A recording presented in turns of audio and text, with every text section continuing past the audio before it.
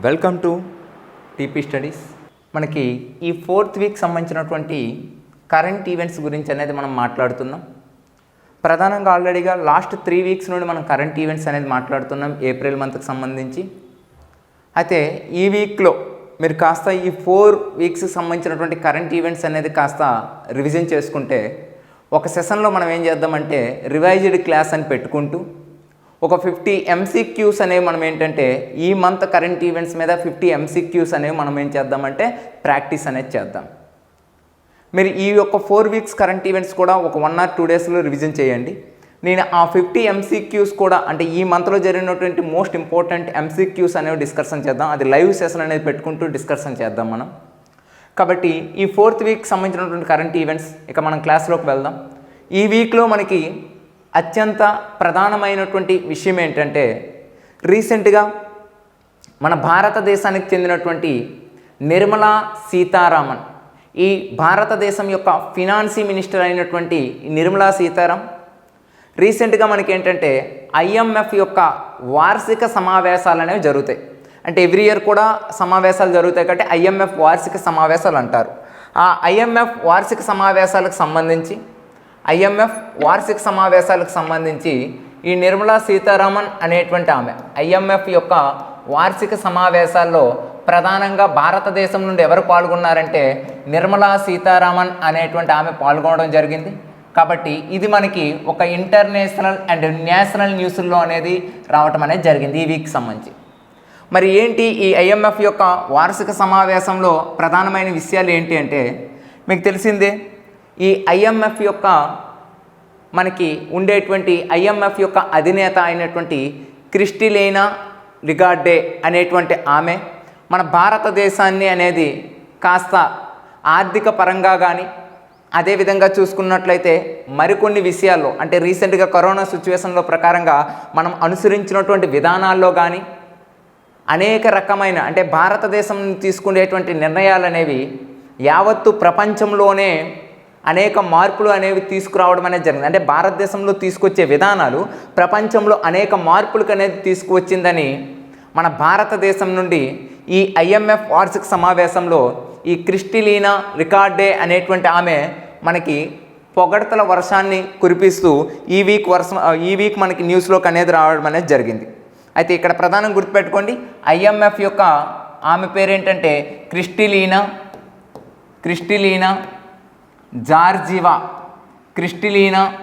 Georgieva అనేటువంటి ఆమె ప్రధానంగా మన భారతదేశ ఆర్థిక వ్యవస్థకు సంబంధించి మన భారతదేశ ఆర్థిక వ్యవస్థ కరోనా టైం తర్వాత మనం తీసుకునేటువంటి ప్రధానమైనటువంటి చర్యలకు సంబంధించి అత్యంత బాగా మీరనేది అంటే సానుకూలంగా అంటే ప్రపంచానికే సానుకూలం, భారతదేశ ఆర్థిక వృద్ధి అనేది ప్రపంచానికే సానుకూలం అని పొగుడుతూ అదేవిధంగా ప్రధానంగా ఈ ఇయర్ మన యొక్క గ్రోత్ రేట్ అనేది 2022 సంవత్సరానికి సంబంధించిన గ్రోత్ రేట్ అనేది 8.2% అనేది అంచనా వేయడం అనేది జరిగింది. ఈ 8.2% భారతదేశం వృద్ధి చెందుతుందని అంచనా వేయడం జరిగింది. ఎవరంటే IMF అనేది. అయితే ఇటీవల కాలంలో మనకు తెలిసిందే రష్యా అండ్ ఉక్రెయిన్ యొక్క క్రైసిస్ అనేవి రావడం జరిగింది. ఆ రష్యా అండ్ ఉక్రెయిన్ యొక్క క్రైసిస్ వల్ల భారతదేశం యొక్క వృద్ధి రేట్ అనేది క్రమేపీ అనేది మరి కాస్త అనేది తగ్గుతూ రీసెంట్గా అంచనాలను అనేది తగ్గించడం అనేది జరిగింది. అలా తగ్గించడమే కాకుండా యాక్చువల్గా మన భారతదేశము అనేది ప్రపంచ ఆర్థిక వ్యవస్థ మొత్తం చూసుకుంటే అంటే ప్రపంచ ఆర్థిక వ్యవస్థ మొత్తం కూడా 100% అనుకుంటే అందులో భారతదేశం అనేది 7% వరకు అనేది పాత్రను పోషించడం అనేది జరుగుతుంది. 7% వరకు భారతదేశ ఆర్థిక వ్యవస్థ ప్రపంచ ఆర్థిక వ్యవస్థలో భాగంగా ఉందని ఈ సమావేశంలోనే మన నీతి ఆయోగ్ సంబంధించినటువంటి CEO ఈ నీతి ఆయోగ్ సంబంధించినటువంటి CEO అయినటువంటి అమితాబ్ కాంత్ కూడా ఏమని చెప్తారంటే 2047 సంవత్సరం కల్లే భారతదేశం అనేది అధిక ఆదాయం సంపాదించేటువంటి దేశ జాబితాలో అనేది భారతదేశం చేరుతుందని ఈ సమావేశంలో భాగంగా అనేది ఈ నిర్ణయాలనే చెప్పడం జరిగింది.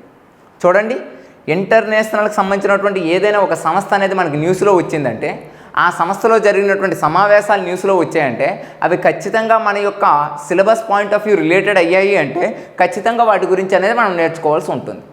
అందులో భాగంగా రీసెంట్గా ఈ వీక్లో వచ్చే న్యూస్ ఏంటి మనకి, ఐఎంఎఫ్ యొక్క వార్షిక సమావేశాలు ఏవైతే ఉన్నాయో ఐఎంఎఫ్ యొక్క వార్షిక సమావేశాల్లో మన భారతదేశం యొక్క ఫినాన్స్ మినిస్టర్ అయినటువంటి నిర్మలా సీతారామన్ గారు పాల్గొనడం అనేది జరిగింది. అలా పాల్గొనే సందర్భంలో ఈ యొక్క ఐఎంఎఫ్ యొక్క అధినేత అయినటువంటి క్రిస్టలీనా జార్జియేవా అనేటువంటి ఆమె ఎవరైతే ఉన్నారో ఈమె ఏం చెప్పిందంటే, భారతదేశం యొక్క వృద్ధి రేటు, భారతదేశం యొక్క ఆర్థిక వ్యవస్థ అనేది ఆరోగ్యకరంగా ఉంది. కరోనా సిచ్యువేషన్లో అంత జనాభా ఉండేటువంటి దేశంలో ఆరోగ్యపరమైనటువంటి నిర్ణయాలు అనేవి తీసుకున్నారని ఒక పొగడ్తల వర్షం, అంటే భారతదేశానికి సంబంధించి ఇంటర్నేషనల్ అంతర్జాతీయ స్థాయిలో ఒక పొగడ్తల వర్షాన్ని కురిపించినటువంటి వ్యక్తి ఎవరంటే క్రిస్టలీనా జార్జియేవా. అంతేకాకుండా 2022 సంవత్సరానికి భారతదేశం యొక్క గ్రోత్ రేట్ అనేది 8.2% అనేది సాధిస్తానని అంచనా వేస్తే అందులో రష్యా ఉక్రెయిన్ అనేటువంటి యుద్ధ వాతావరణంలో ఈ అంచనాలు అనేది కాస్త మళ్ళా తగ్గించడం అనేది జరిగిందని కూడా గుర్తుపెట్టుకోవాలి. ఇక నెక్స్ట్ వన్ ఏంటంటే, ఓవరాల్గా ప్రపంచంలో ఉండేటువంటి మొత్తం దేశాలు, అంటే ఐఎంఎఫ్లో ఎన్ని దేశాలు ఉన్నాయి, యాక్చువల్గా ఐఎంఎఫ్లో 189 దేశాలు ఉండేవి, 189 కంట్రీస్. కానీ రీసెంట్గా మనకి ఆండోరా అనేటువంటి ఒక దేశం అనేది చేరింది. ఆండోరా అనే దేశం, ఈ ఆండోరా అనేటువంటి దేశం రీసెంట్ చేరికతో 190 దేశాలు అనేవి మనకి ఐఎంఎఫ్లో ఉన్నాయి.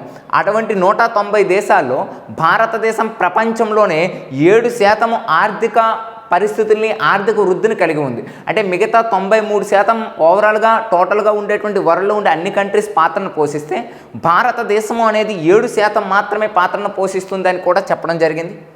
ఇదే సమయంలో మనం ఓఈసీడీ కంట్రీస్ అంటాం, అంటే ప్రపంచంలోనే అత్యంత అభివృద్ధి చెందినటువంటి దేశాలను, అధిక ఆదాయం కలిగినటువంటి దేశాలను ఓఈసీడీ అనే పేరుతో పిలుస్తాం మనం. అటువంటి ఓఈసీడీ దేశాల్లో 2047 సంవత్సరం కల్లా మన భారతదేశం కూడా చేరుతుంది. అధిక ఆదాయం పొందే దేశంగా మా భారతదేశం 2047 అనేది అవుతుందని ఇటీవల కాలంలో మనకి అమితాబ్ కాంత్ అనేది ప్రస్తావించడం జరిగింది. ఇవన్నీ కూడా ఏ సమావేశంలో భాగంగా అంటే ఐఎంఎఫ్ సమావేశం భాగంలో ఇటీవల కాలంలో న్యూస్లోకి వచ్చినటువంటి అంశాలు. మరి ఇక్కడ అడిగే కరెంట్ పాయింట్ ఆఫ్ ఏం అడగవచ్చు మనకి, ఐఎంఎఫ్ యొక్క ఈ యొక్క రీసెంట్గా ఆర్థిక వ్యవస్థ అనేది ప్రధానంగా ఎంత శాతం కలిగి ఉందని అంచనా వేయొచ్చు. మనకి ఎంత శాతం కలిగి ఉంది అంటే మనకి 7% అనేది అంచనా వేయడం అనేది జరిగింది. అదేవిధంగా చూసుకుంటే భారతదేశంలో ఈ యొక్క ఐఎంఎఫ్ వార్షిక సమావేశం అనేది జరిగింది కాబట్టి ఐఎంఎఫ్ అనేది ఒకటి న్యూస్లోకి వచ్చింది కాబట్టి అసలు ఏంటి ఆ ప్రధానమైనటువంటి ఐఎంఎఫ్ ఎందుకు న్యూస్లోకి వచ్చిందనే అంశం మనం తెలుసుకోవాలి. చూడండి, లాస్ట్ వీక్ మీకు కరెంట్ ఈవెంట్స్ అనేది చెప్పేటప్పుడు నేను ఏం చెప్పా, వరల్డ్ బ్యాంక్ అనేది ఒక న్యూస్లోకి అనేది వచ్చిందని మీకు చెప్పా, అంతేగా. వరల్డ్ బ్యాంక్ ఏ విషయంతో న్యూస్లోకి అనేది వచ్చిందని చెప్పా, వరల్డ్ బ్యాంక్ అనేది చూసుకున్నట్లయితే భారతదేశం యొక్క పేదరికాన్ని అంచనా వేస్తూ అనేది న్యూస్లోకి అనేది వచ్చిందని చెప్పా, గుర్తుందా మీకు? లాస్ట్ వీక్లోనే మనం లాస్ట్ సండే అనేది చర్చించుకున్నాం. అలానే ఈ వీక్ కూడా మరొక అంతర్జాతీయ సంస్థ ఐఎంఎఫ్ అనేది న్యూస్లోకి అనేది రావడం అనేది జరిగింది. ఇక్కడ ఒక విషయాన్ని గుర్తుపెట్టుకోండి, ప్రధానంగా మనం ఆల్రెడీగా చెప్పుకున్నాం, ఐఎంఎఫ్ కానీ అంటే ఇంటర్నేషనల్ మానిటరీ ఫండ్ అంటారు, అంతర్జాతీయ ద్రవ్య నిధి అని పిలవడం జరుగుతుంది. ఇటువంటి ఐఎంఎఫ్ కానీ లేదా వరల్డ్ బ్యాంక్ కానీ ఈ రెండింటిని ప్రధానంగా అంతర్జాతీయ స్థాయిలో ప్రధానంగా ఏర్పడినటువంటి రెండు సంస్థలు. మనకి 1944 ఏదైతే ఉందో ఈ 1944లో బ్రెటన్ వుడ్స్ సమావేశం అనేది జరుగుతుంది. ఎక్కడ జరుగుతుంది? ఈ బ్రెటన్ వుడ్స్ సమావేశం ప్రధానంగా చూసుకున్నట్లయితే 1944లో ఈ బ్రెటన్ వుడ్స్ సమావేశం ఏదైతే ఉందో ఈ బ్రెటన్ వుడ్స్ సమావేశం అనేది ప్రధానంగా మనకి అమెరికా దేశంలో అనేది జరుగుతుంది. చెప్పాం కదా, లాస్ట్ వీక్ చెప్పాం. అసలు ఎందుకు జరిగింది ఈ సమావేశం? ఎందుకు జరిగింది ఈ సమావేశం? ప్రధానంగా ఎందుకు జరిగింది అంటే యాక్చువల్గా మనకి 1918 మొదటి ప్రపంచ యుద్ధము అనేది రావటం జరిగింది. 1939 అండ్ 1944 ఈ మధ్య రెండవ ప్రపంచ యుద్ధము అనేది రావడం జరిగింది. అంతేకాకుండా 1929లో ప్రపంచం మొత్తం కూడా ఈ యొక్క ఫైనాన్షియల్ క్రైసిస్, ఆర్థిక మాంద్యము లేదా ఫైనాన్షియల్ రిసెషన్, ఇటువంటి ఆర్థిక మాంద్యము అనేది బారిలో ప్రపంచ దేశాలన్నీ పడ్డాయి. మరి ఇటువంటి క్రైసిస్ అనేవి ప్రపంచంలో రాకుండా అంతర్జాతీయ స్థాయిలో ఒక సంస్థలు అనేవి ఉంటే బాగుంటుందని 1944లో మనకేంటంటే అమెరికా ఒక సమావేశాన్ని ఏర్పాటు చేయడం జరిగింది. ఈ సమావేశంలో తీసుకునేటువంటి ప్రధానమైన నిర్ణయాలే ఏంటంటే ఈ యొక్క ఒక దేశం మరొక దేశానికి ఆర్థిక పరంగా సహకారం అనేది చేసుకోవాలి, ఎటువంటి ప్రపంచంలో ఎటువంటి క్రైసిస్ వచ్చినా దాన్ని ఎదుర్కొనే సామర్థ్యం అనేది ప్రపంచ దేశాలకు అనేది ఉండాలి అనేటువంటి ఒక ప్రధానమైన ఉద్దేశంతో IMF, వరల్డ్ బ్యాంక్ అనేది, ఈ వరల్డ్ బ్యాంక్ మరొక పేరేంటి IBRD అని చెప్పుకున్నాం, international bank for reconstruction development, IBRD దీని ఒరిజినల్ నేమ్. ఈ రెండు సంస్థలు కూడా 1944లో అనేది సమావేశంలో కీలక నిర్ణయం తీసుకొని 1945లో అనేది ఈ రెండు సంస్థలు కూడా ఏర్పాటు చేశాయి. అయితే లాస్ట్ వీక్ కరెంట్ ఈవెంట్లోకి మనకేంటి వరల్డ్ బ్యాంక్ అనేది వచ్చేసింది. ఈ వీక్ కరెంట్ ఈవెంట్స్లోకి మనకు వచ్చినటువంటిది ఏంటంటే IMF అనేది వచ్చింది. మరి IMF యొక్క ప్రధానమైన విధులు ఏంటి అని అడుగుతారు. IMF యొక్క ప్రధానమైనటువంటి విధులు ఏంటంటే సభ్య దేశాలు ఏవైతే ఉంటాయో ఆ సభ్య దేశాల మీద, అంటే IMFలో ఉండేటువంటి సభ్య దేశాలు ఉంటాయి కదా, ఆ సభ్య దేశాల మధ్య ద్రవ్య సహకారము అనేది ఉండాలి. సభ్య దేశాల మధ్య ద్రవ్య సహకారము అనేది ఉండాలి అనేదే దీని యొక్క ఫస్ట్ విధి అనేది. అదేవిధంగా సెకండ్ వన్ చూసుకున్నట్లయితే మారకపు రేటు అనేది స్థిరంగా ఉండాలి. మారకపు రేటు అంటే ఏంటి? మార్కపు రేటు అనేది స్థిరంగా ఉండాలి అని అంటున్నా. మార్కపు రేటు అంటే ఏంటంటే ప్రపంచ స్థాయిలో మనకి జరిగేటువంటి వ్యాపారము ఏదైతే ఉంటుందో డాలర్స్కి సంబంధించి, అటువంటి డాలర్స్ విషయంలో భారతదేశమే కాకుండా ప్రపంచ దేశాలన్నీ కూడా డాలర్స్ అనే పదాన్ని, అంటే అమెరికన్ డాలర్తో అనేది పోల్చుకుంటాయి. అలా పోల్చుకునేటప్పుడు ఎప్పుడూ కూడా దీంట్లో ఏంటంటే హెచ్చు తగ్గులు అనేది ఉండకుండా మారకపు రేటు అనేది స్థిరంగా ఉండాలి. ఎగ్జాంపుల్ మీకు చెప్పనా, 1947లో ఒక అమెరికన్ డాలర్ అనేది భారతదేశంలో 3 రూపీస్తో ఈక్వల్, కానీ ఈరోజు చూసుకున్నట్లయితే 70 రూపీస్ అనేది ఉంది. అంటే మారుతున్న పరిస్థితులకు అనుగుణంగా పెరగడంలో తప్పు లేదు, కానీ ఎవ్రీడే అనేది మార్కపు రేట్ అనేది పెరుగుతూ తగ్గుతూ ఉంటే ప్రపంచ మార్కెట్ వ్యవస్థ అనేది కుప్ప కూలిపోవడం అనేది జరుగుతుంది. కాబట్టి దీని రెండో ప్రధానమైన విధి ఏంటంటే అటువంటి మార్కపు రేటు, లేదా దీన్ని ఏమంటారు ఎక్స్చేంజ్ రేటు అనేసి అంటారు. ఈ మార్కపు రేటు అనేది స్థిరంగా ఉండాలి అనేది దీని యొక్క రెండవ లక్ష్యం అనేది. అదేవిధంగా BOP క్రైసిస్ అంటే బ్యాలెన్స్ ఆఫ్ పేమెంట్ క్రైసిస్ ఏవైతే ఉన్నాయో ఆ బ్యాలెన్స్ ఆఫ్ పేమెంట్ క్రైసిస్ మీద, అంటే చెల్లింపుల శాసము అనేసి అంటూ ఉంటాం. ఈ చెల్లింపుల శాసనం ఏదైతే ఉందో ఈ చెల్లింపుల శాసాన్ని కూడా మనం BOP అంటాం. ఈ BOP క్రైసిస్ కూడా ప్రపంచ దేశాల మధ్య లేకుండా సర్దుబాటు చేసే అధికారం అనేది ఎవరికి ఉండాలంటే IMF అనేది ఉంటుంది. అలా అటువంటి IMF అనేది ఈరోజు న్యూస్లోకి వచ్చింది. కాబట్టి దాని ప్రధానమైన విధులు ఒకటేంటి, సభ్య దేశాల మీద ద్రవ్య సహకారం అంటే ఆ దేశం. నెక్స్ట్ వన్ మార్కపు రేట్ అనేది స్థిరంగా ఉండాలి. 3 ఏంటి BOP క్రైసిస్ అంటే ఇప్పుడు చూడండి, ఒక దేశం మరొక దేశంతో వ్యాపారం చేస్తుంది, దాన్ని ఏమంటాం ఎక్స్పోర్ట్స్ ఇంపోర్ట్స్ అంటాం. అలా ఎక్స్పోర్ట్స్ ఇంపోర్ట్స్ తీసేటప్పుడు ఏ దేశంలోనైనా ఎగుమతులు ఉండాలి, ఏ దేశంలోనైనా దిగుమతులు అనేది ఉండాలి. అలా ఎగుమతులు దిగుమతులు అనే దాంట్లో ఎగుమతులు అనేది తక్కువగా ఉండి దిగుమతులు అత్యధికంగా ఉంటే వాళ్ళు ఏం చేస్తారు, BOP క్రైసిస్ అనేది ఎదుర్కోవడం అనేది జరుగుతుంది. BOP క్రైసిస్ అంటే ప్రపంచ దేశాలకు అనేది వీళ్ళు అప్పు ఉండడం. అటువంటి BOP క్రైసిస్ ఏ దేశాలు కూడా ఉండకుండా ఎవరు మనకి అనేది చేస్తారంటే IMF అనేది చూడడం అనేది జరుగుతుంది ఆ దేశానికి. ఇప్పుడు రీసెంట్గా శ్రీలంక అనేది మనకి సంక్షోభంలో ఉన్నదని చెప్పుకున్నాం కదా, అలా. నెక్స్ట్ వన్ చూసుకున్నట్లయితే ఈ IMF ఏదైతే ఉందో IMF అనేది షార్ట్ టర్మ్ లోన్స్ అనేది ఇవ్వడం అనేది జరుగుతుంది. మీకు ఆల్రెడీ చెప్పా, గత వీక్లో ఏం చెప్పా, వరల్డ్ బ్యాంక్ గురించి చెప్పా. వరల్డ్ బ్యాంక్ ఏం చేస్తుంది, ఏదైతే మనకి రెండవ ప్రపంచ యుద్ధంలో ఈ యొక్క పేదరికం బారిన పడినటువంటి దేశాలకు లాంగ్ టర్మ్ లోన్స్ అనేది ఇవ్వటం అనేది జరుగుతుంది. అదేవిధంగా షార్ట్ టర్మ్ లోన్స్ అనేది ఇచ్చింది మనకి ఎవరంటే IMF అనేది ఇచ్చేటువంటి లోన్స్ని ఏమంటారంటే షార్ట్ టర్మ్ లోన్స్ అనేసి అంటారు. ఈ షార్ట్ టర్మ్ లోన్సే కాకుండా IMF ఇచ్చేటువంటి ఈ యొక్క రిపోర్ట్ అనేది ఒకటి ఉంటుంది మనకి. IMF ఇచ్చేటువంటి రిపోర్ట్ని ఏమంటారంటే మనకి వరల్డ్ ఎకనామిక్ అవుట్లుక్ అని పిలవడం అనేది జరుగుతుందండి. వీరు ఇచ్చే రిపోర్ట్ని ఏమంటారంటే వరల్డ్ ఎకనామిక్ అవుట్లుక్ అని పిలవడం అనేది జరుగుతుంది. వరల్డ్ ఎకనామిక్ అవుట్లుక్ అని పిలుస్తారు. ఎవరిచ్చే రిపోర్ట్ని, IMF ఇచ్చేటువంటి రిపోర్ట్ని వరల్డ్ అవుట్లుక్. నెక్స్ట్ వన్ చూసుకున్నట్లయితే అంటే IMF ఇచ్చేటువంటి లోన్స్కి ఒక పేరు పెట్టి పిలుస్తారు. ఆ పేరు ఏంటంటే మనకి సాఫ్ట్ లోన్స్ అని పిలవడం అనేది జరుగుతుంది. Soft loans. సాఫ్ట్ లోన్స్ అంటే ఏంటి, ఇది ఏదైనా ఒక దేశానికి అనేది ఖచ్చితంగా అనేది లోన్ ఫెసిలిటీ అనేది ఇస్తే ఆ లోన్తో పాటు కొన్ని ఇన్స్ట్రక్షన్స్ని కూడా ఇవ్వడం జరుగుతుంది. అలా లోన్తో పాటు ఇన్స్ట్రక్షన్స్ అనేది ఇస్తే దాన్ని ఏమంటారంటే సాఫ్ట్ లోన్స్ అంటారు. ఏ అంతర్జాతీయ సంస్థ ఇచ్చేటువంటి లోన్స్ని సాఫ్ట్ లోన్స్ అంటారు అని ప్రీవియస్ అడిగారు మన క్వశ్చన్. కాబట్టి సాఫ్ట్ లోన్స్ అనేసి ఏ ఒక్క అంతర్జాతీయ సంస్థ ఇచ్చే లోన్స్ అంటారంటే ఐఎంఎఫ్. ఈ ఐఎంఎఫ్ న్యూస్లోకి వచ్చింది కాబట్టి దీని గురించి అనేది మాట్లాడుకోవడం అనేది జరిగింది. ఓకేనా. అయితే ఈ సమావేశం చూడండి, ఏ సమావేశం గురించి మాట్లాడుతున్నా, ఐఎంఎఫ్ యొక్క వార్షిక సమావేశం గురించి మాట్లాడుతున్నాం కదా. ఇందులోనే మన నిర్మలా సీతారామన్ అనేటువంటి వ్యక్తి మరొక వ్యక్తిని అనేది ఇక్కడ మీట్ అవ్వడం అనేది జరిగింది. ఆ పర్సన్ ఎవరు అంటే మనకి మనీ లాండరింగ్ చైర్మన్ అనేసి అంటారు. మనీ లాండరింగ్ చైర్మన్ని మీట్ అయ్యి కొన్ని విషయాలు కూడా చర్చించడం జరిగింది. అసలు ఏంటి మనీ లాండరింగ్ యొక్క ప్రధానమైన విషయాలు ఏంటి, దాని యొక్క ప్రధానమైన మోటో ఏంటంటే మీకు తెలిసిందే, నగదు అక్రమణ చలామణి అంటే ప్రపంచ దేశాల మధ్య నగదు అనేది అక్రమంగా చలామణి అయినా లేదా ఉగ్రవాదులు అంటేనే ఏంటి, ప్రపంచానికి ఒక విపత్తును కలిగజేసేటువంటి వ్యక్తులు.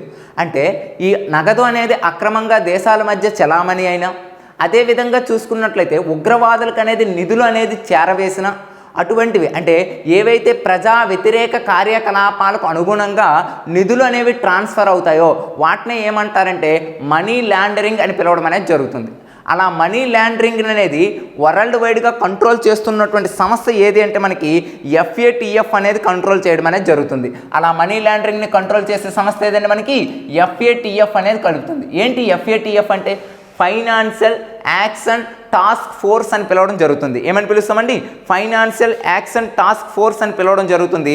ఈ FATF ఏం చేస్తుందంటే ప్రపంచంలో ఉండేటువంటి మనీ లాండరింగ్ని కంట్రోల్ చేస్తుంది. మనీ లాండరింగ్ అంటే ఏమని చెప్పుకున్నాం, మనీ లాండరింగ్ అంటే ఏంటంటే యాక్చువల్గా ప్రపంచ స్థాయిలో ఉండేటువంటి ఉగ్రవాద వ్యతిరేక కార్యకలాపాలకు ఎవరైనా నిధులు అనేది చేరవేస్తే ఆ నిధులను అనేది అడ్డుకుంటుంది. రెండు ఏంటి అంటే ప్రపంచ దేశాల మధ్య అక్రమణ నిధులు అనేది రవాణా జరిగితే లేకపోతే అటువంటి వ్యతిరేకానికి అంటే ఏదైనా మనీ పరంగా వ్యతిరేక కార్యకలాపాలకు సంబంధించి అడ్డు వేసేటువంటి ఒక అంతర్జాతీయ ఆర్థిక సంస్థ ఏదంటే FATF ఎబ్రివేషన్ ఏం చెప్పుకున్నాం, ఫైనాన్షియల్ యాక్షన్ టాస్క్ ఫోర్స్. ఈ ఫైనాన్షియల్ యాక్షన్ టాస్క్ యొక్క అధినేతతో రీసెంట్గా మన IMF వార్షిక సమావేశంలో ఎవరు మీట్ అయ్యారు, మన భారతదేశానికి చెందినటువంటి నిర్మలా సీతారామన్ మీట్ అవ్వడం అనేది జరిగింది. అయితే ప్రధానంగా FATF అనేది ఒకటి వార్తల్లోకి వచ్చింది కాబట్టి దీని ప్రధాన హెడ్ క్వార్టర్ ఎక్కడ ఉంది, ఇది ఎప్పుడు అనేది ఏర్పడింది అంటే 1989వ సంవత్సరంలో ఏర్పడింది. దీని యొక్క ప్రధానమైన హెడ్ క్వార్టర్ మనకి ఎక్కడ ఉంటుందంటే ప్యారిస్లో అనేది ఉండడం అనేది జరుగుతుంది. ఎక్కడ ఉంటుందండి, ప్యారిస్లో అనేది ఉండడం అనేది జరుగుతుంది. 1989లో ఎస్టాబ్లిష్ అయింది. వరల్డ్ వైడ్గా ఉండేటువంటి ద్రవ్య అక్రమణ చలామణిని అడ్డుకునేటువంటి సంస్థ అని గుర్తుపెట్టుకోండి. ఇది కూడా మనకు అప్పుడప్పుడు ఇండెక్స్ ఇస్తుంది, FATF ఇండెక్స్ అనేది ఇస్తుంది. అందుకని ఇది చాలా ఇంపార్టెంట్. ఆ యొక్క సమావేశంలో 1989 ప్యారిస్లో అనేది ఏర్పడింది. మరి FATF యొక్క ప్రధానమైన విధి ఏంటంటే మనీ లాండరింగ్ అనేది కంట్రోల్ చేయడం. మరి FATF అనేది చూసుకున్నట్లయితే ప్రధానంగా చూసుకున్నట్లయితే కొన్ని గ్రే లిస్టులు అనేది రిలీజ్ చేస్తూ ఉంటుంది. అంటే ఉగ్రవాదులకు ఎవరు అక్రమంగా డబ్బులు అందిస్తున్నారు వాళ్ళని అనేది ప్రపంచ దేశాల నుండి కాస్త వేరు చేసి ఒక లిస్ట్ అనేది ఏం చేస్తుందంటే విడుదల చేస్తుంది. అలా FATF లిస్ట్ కూడా మనకు 1 or 2 monthsలో అనేది ఇంకా రావడం జరుగుతుంది. అప్పుడు న్యూస్లోకి వచ్చినప్పటికీ ఈ విషయాన్ని గుర్తుపెట్టుకోండి. నెక్స్ట్ ఇది మనకి కరెంట్ ఈవెంట్లో జరిగినటువంటి first topic and important topic ఈ వీక్లో మనకి. ఇక నెక్స్ట్ వన్ చూసుకున్నట్లయితే ప్రధానంగా సెకండ్ టాపిక్ ఈ వీక్లో ఉండేటువంటి సెకండ్ టాపిక్ మనకి ఏంటంటే న్యూస్లోకి వచ్చినటువంటిది ఉక్రెయిన్ క్రైసిస్ అనేది మరొకసారి అనేది న్యూస్లోకి రావడం అనేది జరిగింది. ఉక్రెయిన్ క్రైసిస్ ఎందుకు ఇది న్యూస్లోకి వచ్చిందంటే ఉక్రెయిన్ క్రైసిస్ అనేది ఇప్పుడు ప్రజెంట్ మనకి ఐరాస అనేది శాంతి మంత్రం అనేటువంటి ఒక పేరుతో అనేది రావడం జరిగింది. ఏంటి ఉక్రెయిన్ క్రైసిస్ శాంతి మంత్రం ఐరాస అంటే ఏంటంటే మీకు తెలిసిందే కదా, 1945 అక్టోబర్ 24న ప్రపంచ శాంతి కోసం ఏర్పాటు చేసినటువంటి ఒక సమస్య మనకి ఏంటంటే ఈ యొక్క యునైటెడ్ నేషన్ ఆర్గనైజేషన్ మనం చదువుకుంటూ ఉంటాం. అటువంటి ఐక్యరాజ్య సమితి ఏదైతే ఉందో ఆ ఐక్యరాజ్య సమితి ఏదైతే ఉందో ఆ ఐక్యరాజ్య సమితి రీసెంట్గా ఏం చేసింది, ఉక్రెయిన్ను మరొక దేశం ఏ దేశం అనేది యుద్ధం చేసుకుంటున్నాయి, రష్యా అనేటువంటి దేశం గత 2 నెలల పాటు సుమారుగా 60 రోజుల పైచీలుకు అనేది ఇప్పుడు యుద్ధం చేస్తుంది. అతి చిన్న దేశమైనటువంటి ఉక్రెయిన్ అతి పెద్ద దేశమైనటువంటి రష్యాతో అనేది యుద్ధం చేస్తూ 60 రోజులు అనేది ఎటువంటి గెలుపు ఓటములు లేకుండా తనకు తానుగా నిలబడినటువంటి దేశం ఏదంటే ఉక్రెయిన్. ఎవరి యొక్క సహాయం అంటే ఇప్పుడు అందుతున్నాయండి సహాయ సహకారాలు, కానీ ఇది యుద్ధం తిరిగినప్పుడు ప్రపంచంలో ఏ దేశం కూడా ఉక్రెయిన్ వైపు అనేది చూడలేదండి. అదేనండి, ఏదైనా ఎంత కష్ట సమయంలోనైనా ఆ కష్టాన్ని అనేది ఓర్చుకుంటే తరువాత ఫలితం అనేది వస్తుందని అనడం కోసం మనకి ఇదే నిదర్శనం. మనకి అటువంటి ఉక్రెయిన్ రష్యా అనేటువంటి ప్రధానమైనటువంటి గొడవ 60 రోజులు దాటుతున్న ఈ సందర్భంలో రీసెంట్గా ఐరాస యొక్క ప్రతినిధి అయినటువంటి లేదా ఐరాస అధ్యక్షుడు అయినటువంటి ఎవరు మనకి గుటెరస్ అనేటువంటి వ్యక్తి ఉన్నారు కదా, మనకి ఈ ఐరాస యొక్క అధ్యక్షుడు అయినటువంటి ఈ గుటెరస్ అనేటువంటి వ్యక్తి అంటే ఈ యొక్క శాంతి మంత్రం అంటే రీసెంట్గా రష్యా అధ్యక్షుడు అయినటువంటి పుతిన్తోనూ ఉక్రెయిన్ యొక్క అధ్యక్షుడు అయినటువంటి జెలెన్స్కీతోనూ రీసెంట్గా ఏం చేస్తారంటే చర్చలు సాంప్రదాయాలు అనేవి చేయడం కోసం ఐరాస అధినేత అయినటువంటి ఈ గుటెరస్ అనేది ఈ రెండు దేశాల్లో కూడా ఈ వీక్లో అనేది పర్యటించడం అనేది జరిగింది. అంటే యుద్ధం స్టార్ట్ అయ్యి 60 రోజులు అవుతున్న సందర్భంలో ముందుగానే తీసుకోవాల్సినటువంటి ఒక విధానంలో రీసెంట్గా 60 రోజుల తర్వాత పర్యటన అనేది చేస్తుంది ఐరాస. ఇది ఒక గొప్ప విషయంగా మనం చెప్పుకోవాల్సిన లేదు. ఒక విధంగా చెప్పాలంటే ప్రపంచంలో కూడా అసమర్థత అని చెప్పాలి. ఎందుకంటే ప్రపంచ దేశాలు ఎటువంటి దేశాల మధ్య ప్రపంచ శాంతి కోసం అనేది ఏర్పాటు చేసిందే మనకేంటి ఐరాస అనేది ఏర్పాటు చేసింది. అటువంటి ప్రపంచ శాంతి కోసం ఏర్పాటు చేసినటువంటి ఐరాస ఒక్కసారిగా మనకేంటి ఆ యుద్ధం జరిగేటప్పుడు కంట్రోల్ చేయక ఇప్పుడు అనేది పర్యటిస్తుంది. ఈ పర్యటనలో భాగంగా ఏమవుతుందంటే ప్రధానంగా ఈ యొక్క 1.57 అంటే ఆర్థిక సాయం ఉక్రెయిన్లో చాలామంది కూడా ఏంటంటే మానవ సహాయం కోసం ఈరోజు చూస్తున్నారు. అటువంటి 1.5 lakhs మంది కోసం ఈ యొక్క ఉక్రెయిన్ యొక్క ఆ మానవ సాయం కోసమైనా యుద్ధం ఆపాలని, అదేవిధంగా చాలా అంటే ఉక్రెయిన్లో ఉండేటువంటి ప్రజలు చాలామంది ఈ యొక్క దాంట్లో ప్రకారంగా అనేది చనిపోవడం జరిగింది. వాళ్ళ గురించి కూడా మనకేంటంటే ఈ యొక్క యుద్ధం ఆపాలని, అదేవిధంగా 50 lakhs అనేది మంది ఏం చేశారంటే టోటల్గా అనేది ఉక్రెయిన్ విడిచిపెట్టి వెళ్ళిపోయారు. అటువంటి ఉక్రెయిన్ అనే సంక్షోభంలో ఉంది కాబట్టి ఇందులో ఒక శాంతిని చేకూరుస్తూ అంటూ రీసెంట్గా ఎవరంటే మనకి గుటెరస్ అనేటువంటి వ్యక్తి రష్యాలోను ఉక్రెయిన్లోనూ పర్యటించడం అనేది జరిగింది.